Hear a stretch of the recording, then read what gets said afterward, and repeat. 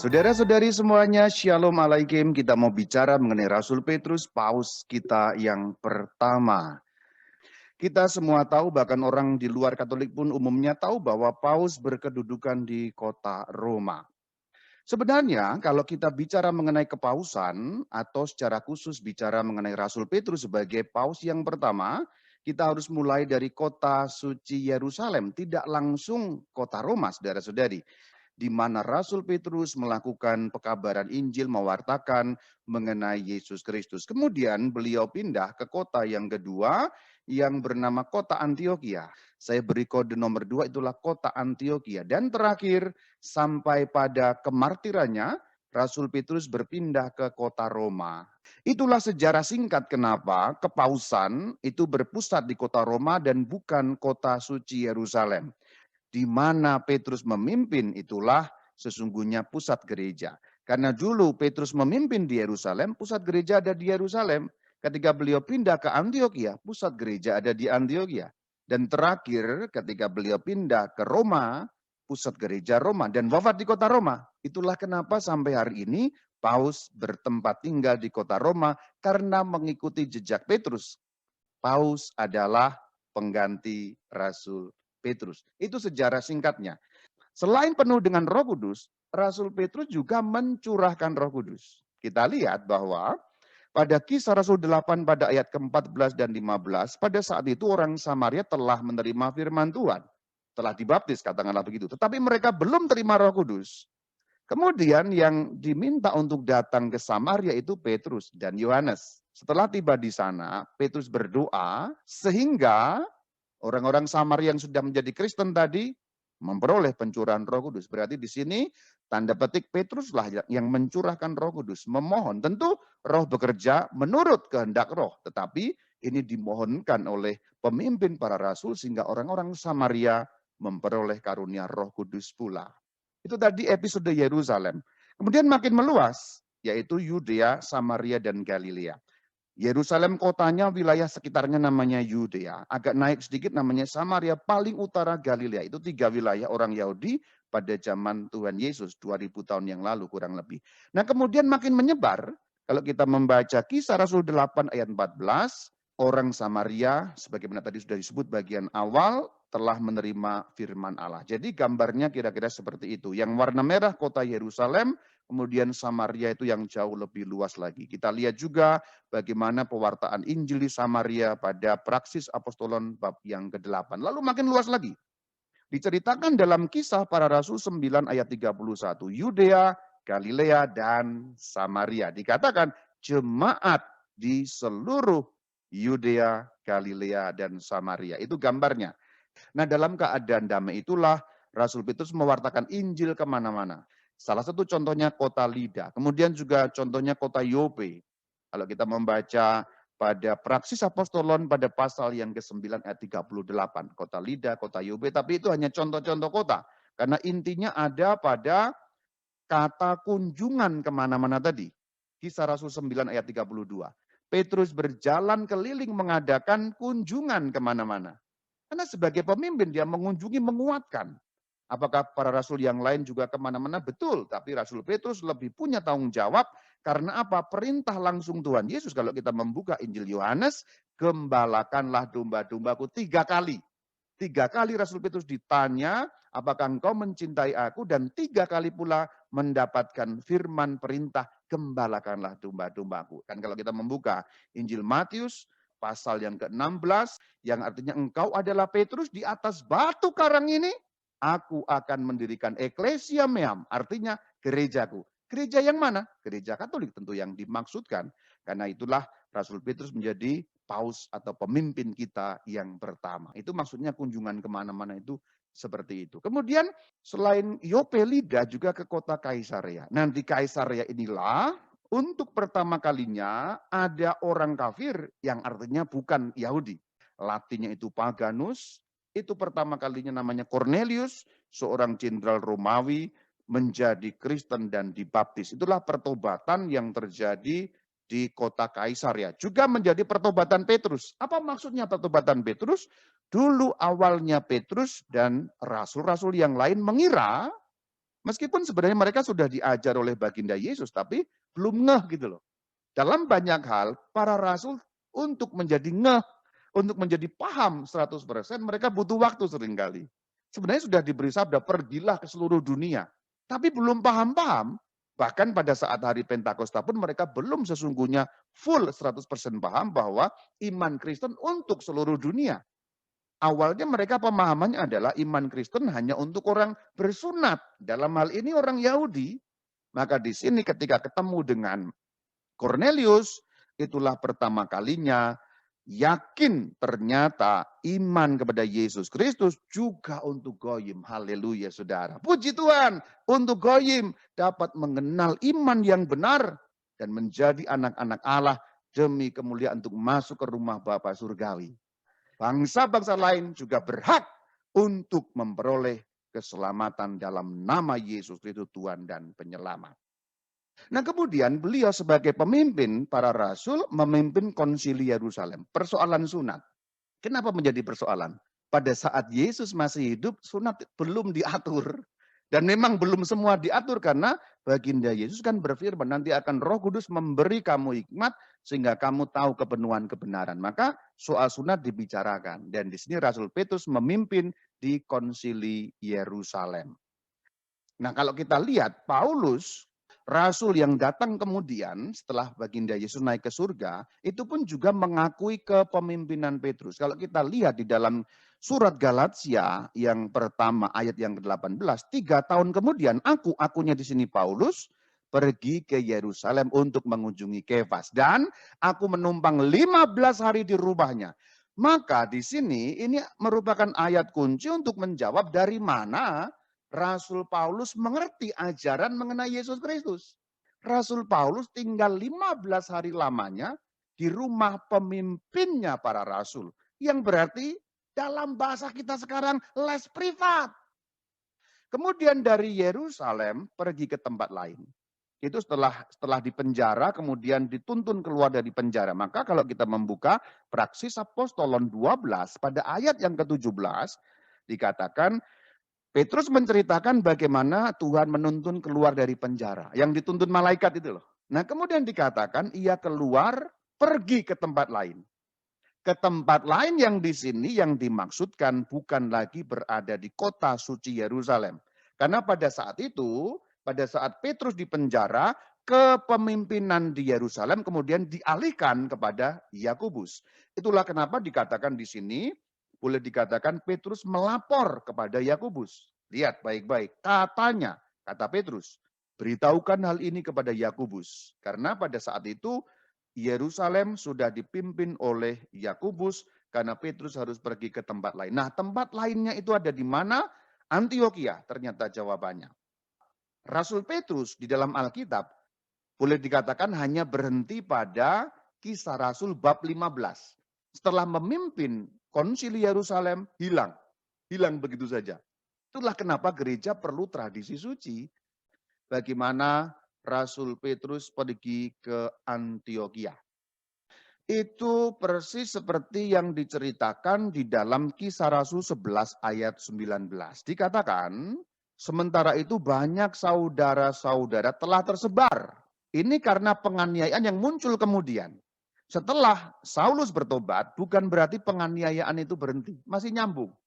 Berdamai sebentar terus masih nyambung.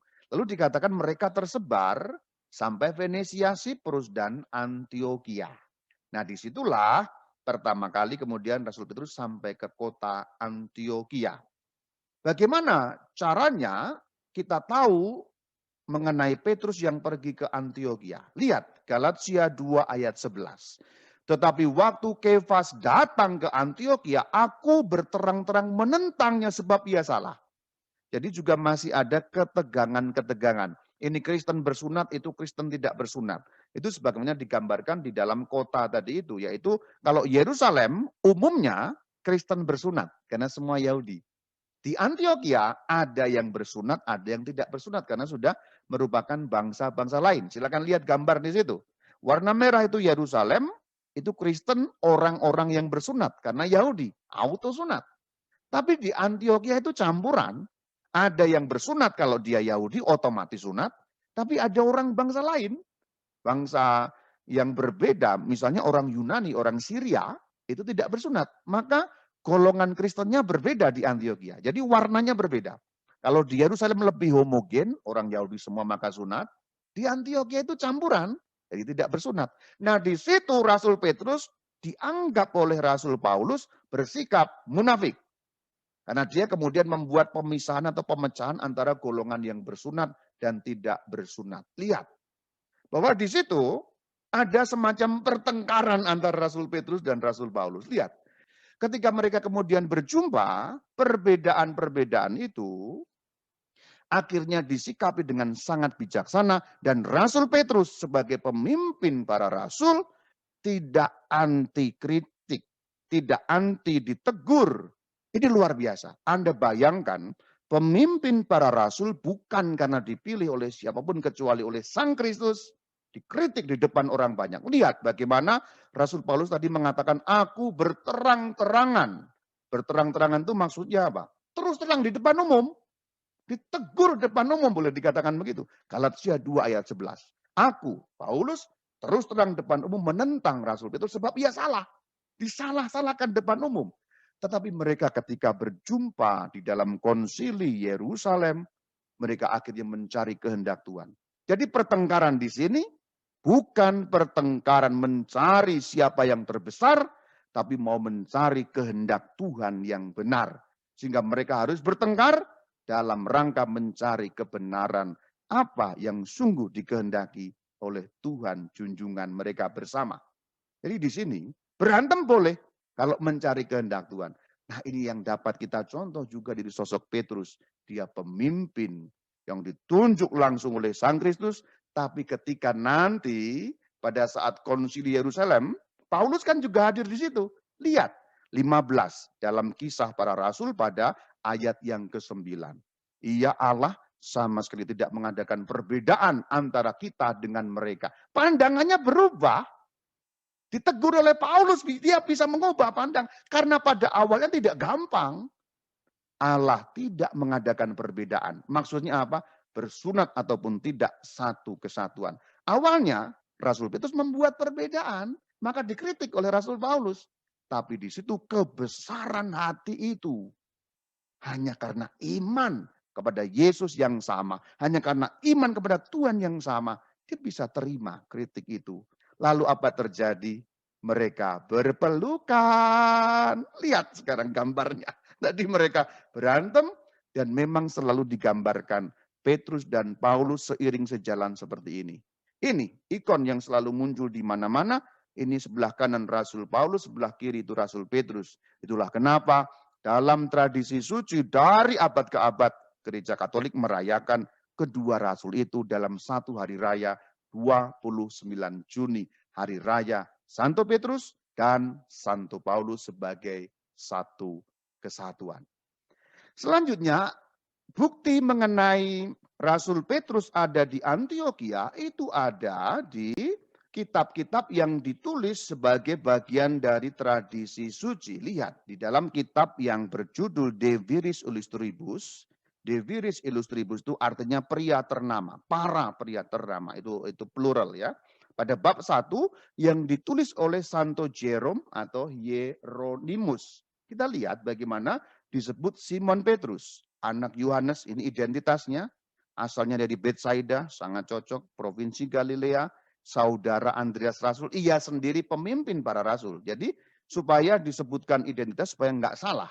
Kemudian di bagian selanjutnya dikatakan setelah menjadi uskup gereja Antioquia. Jadi sangat jelas. Dalam tradisi suci, dalam kitab De Viris Illustribus, Rasul Petrus menjadi uskup gereja Antioquia yang artinya menjadi pemimpin gereja Antioquia. Juga dalam bab yang ke-16, Ignatius, uskup gereja Antioquia yang ketiga setelah Rasul Petrus.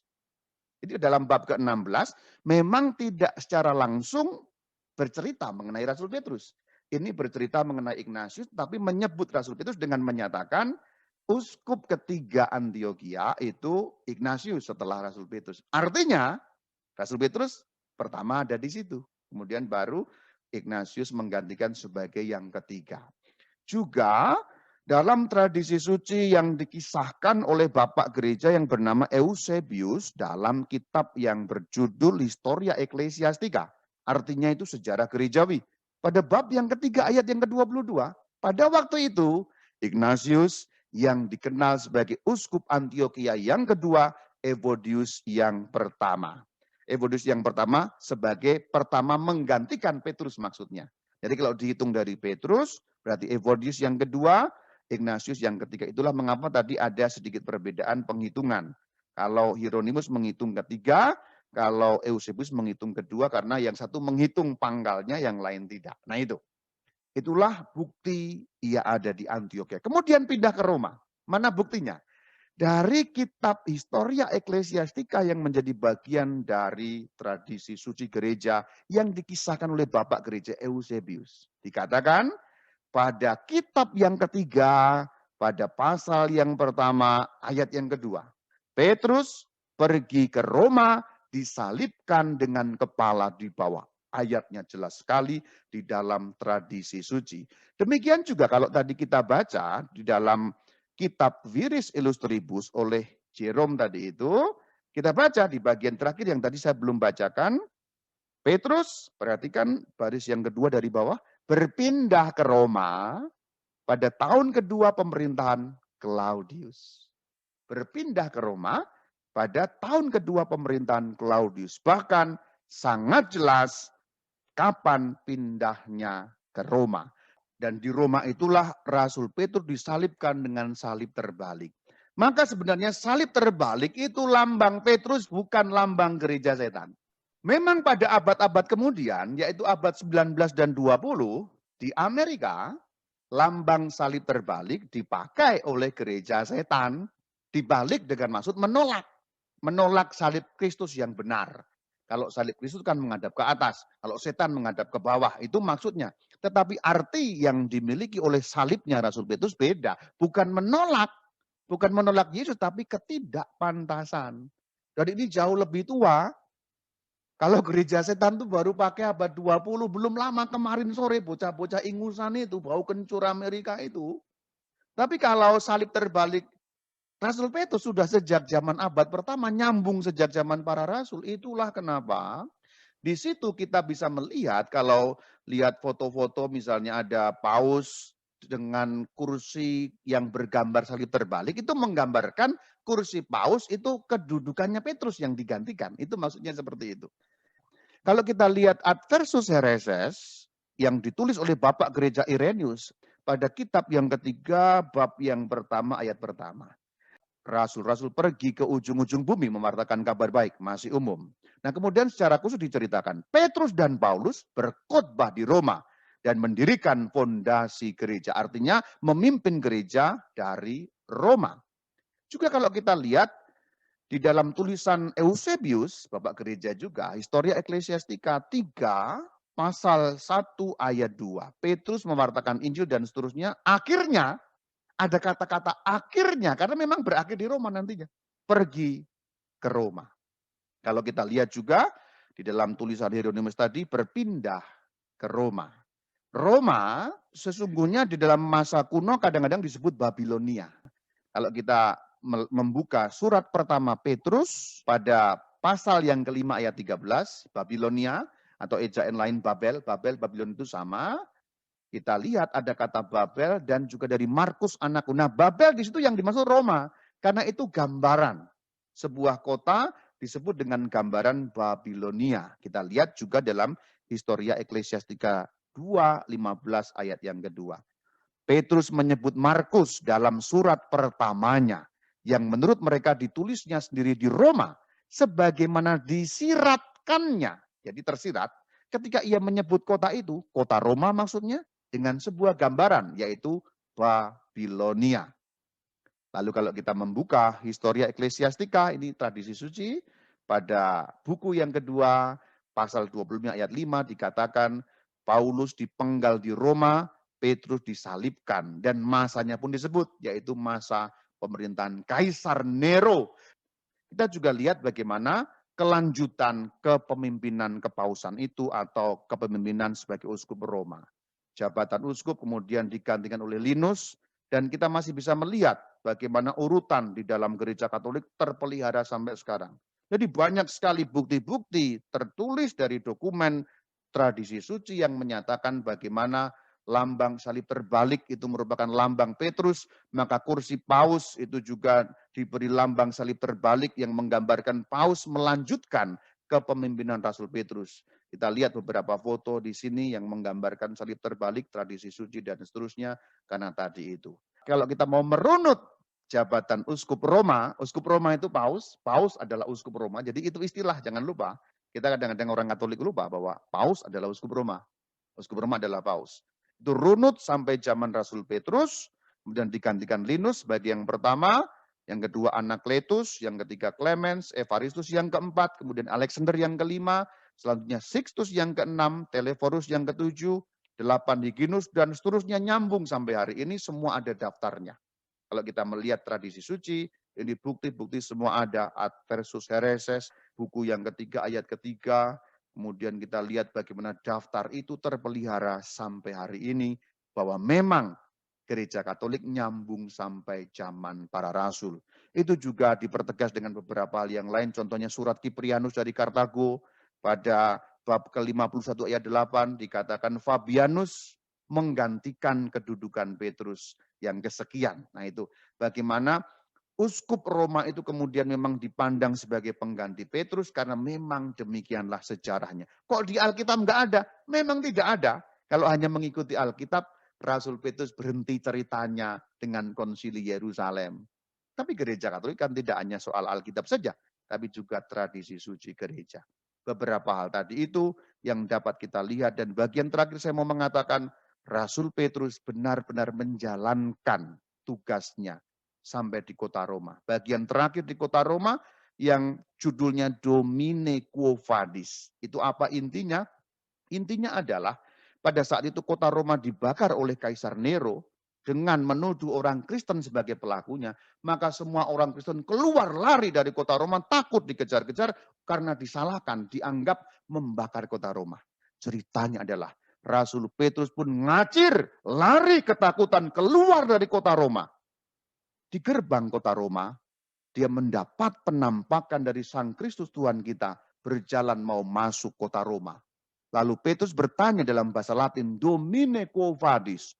Tuhan, engkau mau kemana?